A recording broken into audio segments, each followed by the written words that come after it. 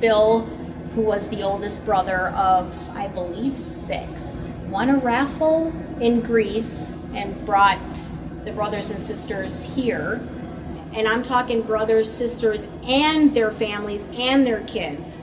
And we all lived in one house, and they all worked at the restaurant way back 60, I think, years ago. So 1956, so we're doing 67 roughly years ago. That's the year my father immigrated with 2 other friends. They're both acquaintances from a village in northern Greece. My father was born in April of 1929, so he was about 27 or so years old, but there was World War II in Europe, and my father's village, along with his 2 friends, Katafilion Kozanis is the name in northern Greece. It was burned by the occupation of Germany, German forces, and so they had to evacuate that village, and that was in his earlier years. My father, along with the other 2 gentlemen, were picked or got this lottery to the U.S. specifically. So they came over in 56 via Ellis Island, and then final destination Duluth, Minnesota, where they disembarked and lived for approximately 4 years, and worked multiple jobs. There were other Greek settlers, I should say, or immigrants there, and a couple of them, being the eldest and a little bit more experienced, would take the newbies kind of under their wings, and that's how they kind of learned the language. They came over with hardly anything, a couple of bucks in their pockets, and I think an English dictionary one of them had, and so they just learned along the way. A few of them had worked in odd restaurants and pizza restaurants, a couple of them. There's one in Duluth, actually, that's still there. It's called Sammy's Pizza. Some of them were employed there and worked there. And so my dad thought, after he worked and put some savings aside, well, I'm not going to be probably white collar. He was education stopped at 5th grade. Like I said, war, and he was about 13 or so, and he was going to go into something that he could make better himself. He thought doing a restaurant. He had the interest. He had the love for making food.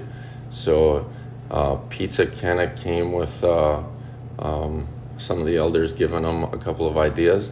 I don't know exactly how he made it down to Northfield, but he visited. He saw the 2 colleges, loved the feel of the town. He made some really, really good lifelong friends here. A lot of friends that were maybe through the restaurant too, but it went almost like a family bond, They were really close. So he decided this is going to be a good spot, for me. And he took a crack at it, and it kind of went off right away. It was Bill's Pizza in 1960 when he started. Right, yeah. And everyone's like Northfield, but he took it as, in those times, there really wasn't a lot of pizza places here, and 2 major big colleges. Yeah. So perfect, right? I mean, and it helped, and he supported all of the family members until they could go off and do their own thing. So that says a lot. So yeah, kudos to my I wonder too Uncle why Bill. Northfields, because I hate winter. Yeah, she always goes, why couldn't we go to California or something? And I was like, but here we are. You'd have to ask me. Here we are. We get customers that come in and, what's with the squares? Well, that's what Bill was taught, I believe, at Sammy's in Duluth. They were cutting their pizzas in squares. Is that a secret? Okay. Oops. But we carried that on too. I mean, I think, like she said, the credit Bill Pitsavas is like the god of pizza in right? Northfield. I mean, he's who started it. I never saw my dad as a real overconfident or I am kind of above or higher, but I saw a lot of responsibility that he inherited sort of early on, being the eldest. His father was around, but then for not very long, he did lose his father fairly like a young adult age, and he was already working as a young teenager. So I would say it was more responsibility that he had to make something also. It was a lottery, but to him it was just like you have a crack at it. There's a lot of people depending on you. 3 more sisters and 2 brothers back home in Greece. They weren't, the future wasn't super bright there. It was going to be tough, and eventually he brought his whole family here in the late 60s. And some of them had extended families at that point, like were married with children. So there were 19 people on a plane that he bought tickets for and brought them all over somewhere in the 67, 68, along with his mother, Alexandra, who was his only parent that was living, and she lived here the rest of her life, which was only for another 5 or so years. But so he brought them all over. He was responsible. I was 8 at the time, and I just remember it was 1967, and my mom and dad told us that we're packing up, and I said, why? And she goes, Uncle Bill wants us to go over there and help him at the restaurant, and we're gonna start a new life over there. I remember leaving Salonika. We were on a small plane, it had propellers on it, and I thought that was like cat's meow. And then we get to Athens and they put us on this giant, that was Olympic Airways, I remember that. And we got in that thing, it's like, my God, and back then, smoking was the big deal. I mean, everybody in that plane, it was like a cloud of smoke in there. I'll never forget that, just the whole flight over here. And I even remember the stewardess, she gave us kids those little candy cigarettes. And we thought that was great. And we all had them in our mouths, smoking, making up like the rest of them did. But that was pretty neat. Well, my Uncle Bill met us there at the airport, and he had 2 or 3 other friends with, I think there was 4 cars altogether. They met us there. And I remember my little brother, he was in a little bassinet. They were carrying him around. And my mom got so excited when she saw my Uncle Bill that she didn't notice where she put the bassinet down with the kid. Well, it ended up being the carousel for the luggage. And all of a sudden she turned around, she's like screaming, my baby, where's my baby? And he's going around. Everybody's freaking out trying to find my little brother Jimmy, and here he's going around on that thing. So they loaded us all up, and we ended up at Uncle Bill's house that night, and I think they had us stacked about 2 or 3 high, sleeping everybody in that house. Pretty crazy.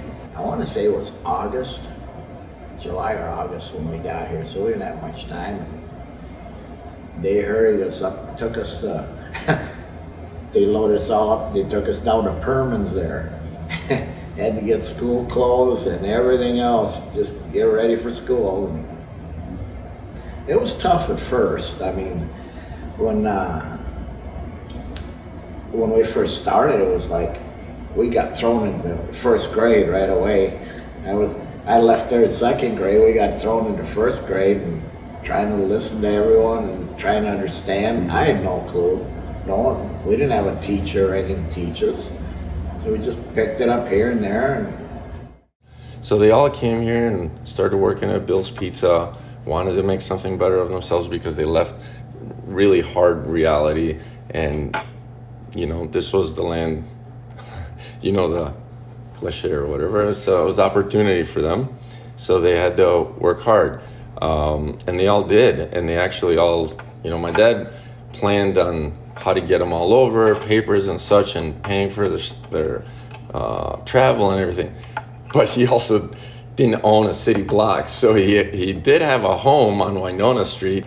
They all lived there for a few months, and they were all then trying to find out how did they get along. Don't ask me. I only had, I grew up with two other siblings, families can, a lot of love. And then sometimes you're like, I need my space. I don't think they couldn't, bring that kind of, those kind of issues. I think they just did what they did, and they're like, well, we need to find a better solution, and with time it'll come. But I think they definitely worked together well.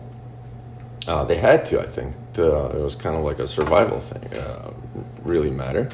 But after that, slowly, they all kind of moved into their own direction. Halfway through the school year, they bought a house up on St. Olaf there, and we moved in there. The two of the families moved in there, and my other uncle, he moved to another house, and we just picked up from there and kept going. What makes the story important too is because, even like Kayla was saying, people always think you're opening up a business, big deal.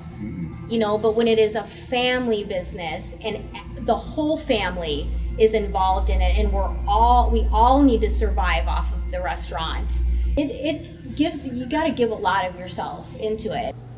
Just again, something I said earlier about food, it was very important, but was pizza something that there's my mom. That's good too. All right. So, where was I? I was saying something. Hold on. There will be a lot of editing going I'm on. sorry, but I'll fix my hair. I gotta go. They can do all that, on okay. Кажете ни дики со историја метанастевство, смо после. Bill, my husband, Bill or Vasilios, came to visit Greece every summer. So one summer I met him because his family house was connected with my best friend. So one time when Bill was in Greece, I went to visit my friend, and then they were my husband and my friend to another house just across of their house. So he saw me and he That's it. became, yes, that's why married was the problem to come, or the reason to come to America. Yeah, she immigrated because of, she's saying because, they met and they Yes, decided to yes. get married. And what year was that?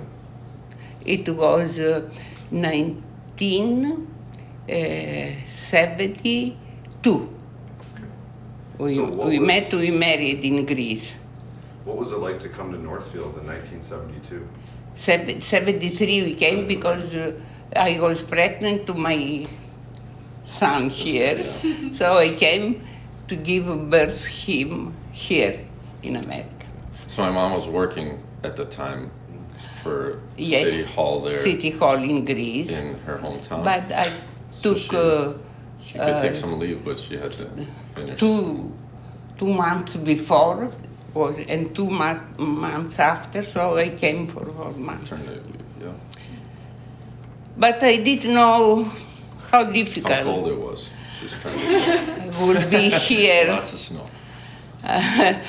But I'm person, when something change, I don't go against, I follow.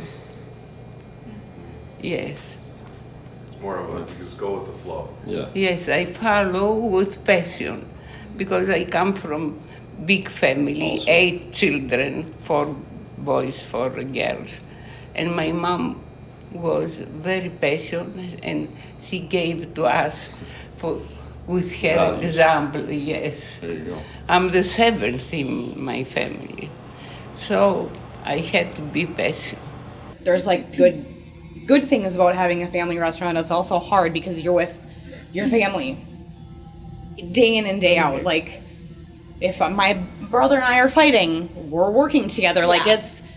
and people, the hours, and it's like, oh, your friends want to, go to dinner. Why can't I have to work? Like that's so much work that gets put into like keeping a restaurant mentally open and for physically.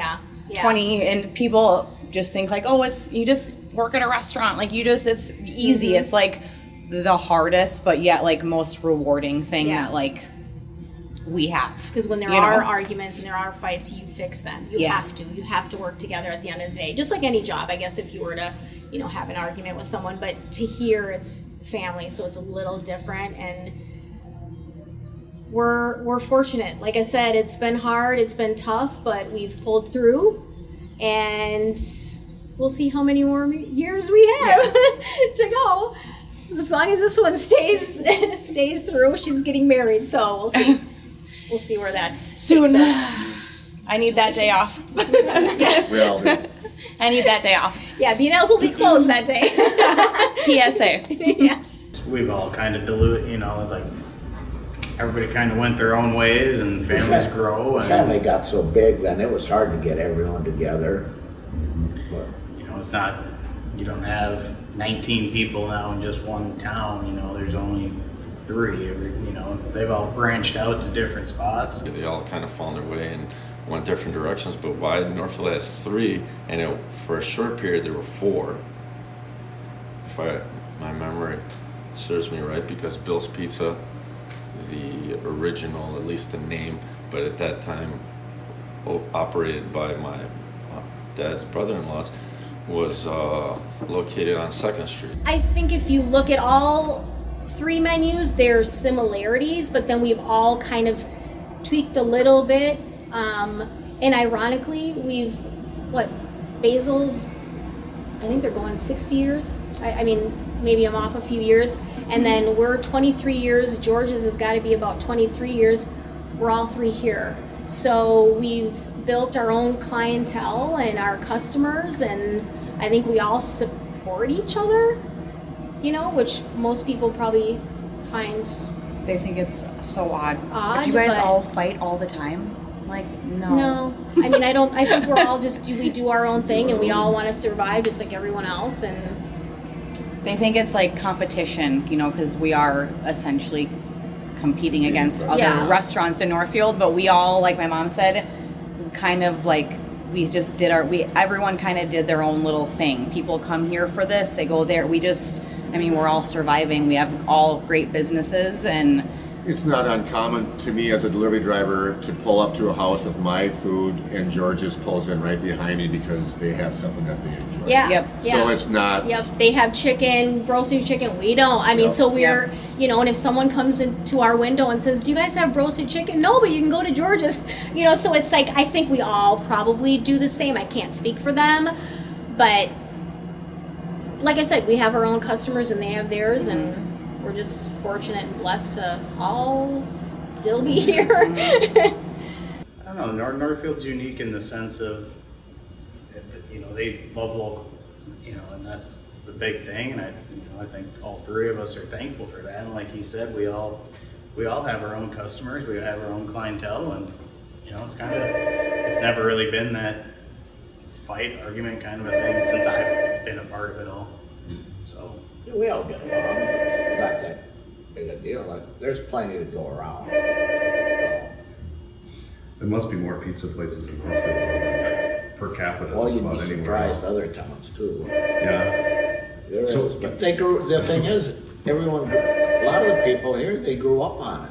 We're happy to be able to share the story, obviously, because again, with all the changes and everything that life in general has thrown at everyone, is obviously as things have changed, to know that when you're in a small community like Northfield, that support all of us. I mean, and I'm talking, there's more than just our family pizzas. I think now you can get pizza at Menards. I mean, so to know that we still have that support behind us is, like, she got emotional. It does. It makes you just appreciate it, even when we maybe are having bad days. It kind of makes you appreciate, just to know that you are a business that people are going to support regardless.